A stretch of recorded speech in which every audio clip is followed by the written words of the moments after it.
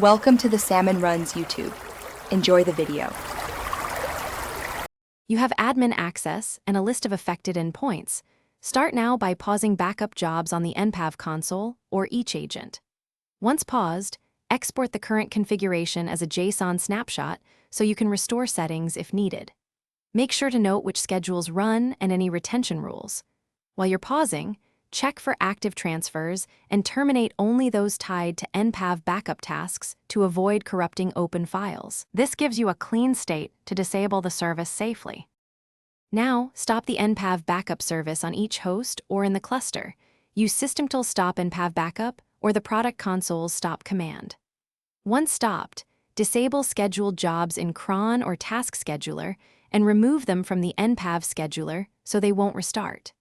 Next, delete or rename backup profiles that reference production volumes to prevent accidental re-enablement. Make sure to propagate these changes across all nodes and wait for the service status to report stopped before proceeding to cleanup. Finish by clearing pending queues and temp cache to free resources and prevent restarts. Remove leftover lock files associated with Npav backups.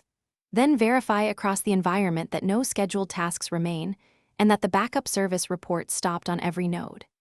If something goes wrong, check logs in /var/log/npav or Windows Event Viewer for permission or dependency errors, and restore the exported config snapshot to revert safely. If errors persist, re-enable paused components one at a time to isolate the issue.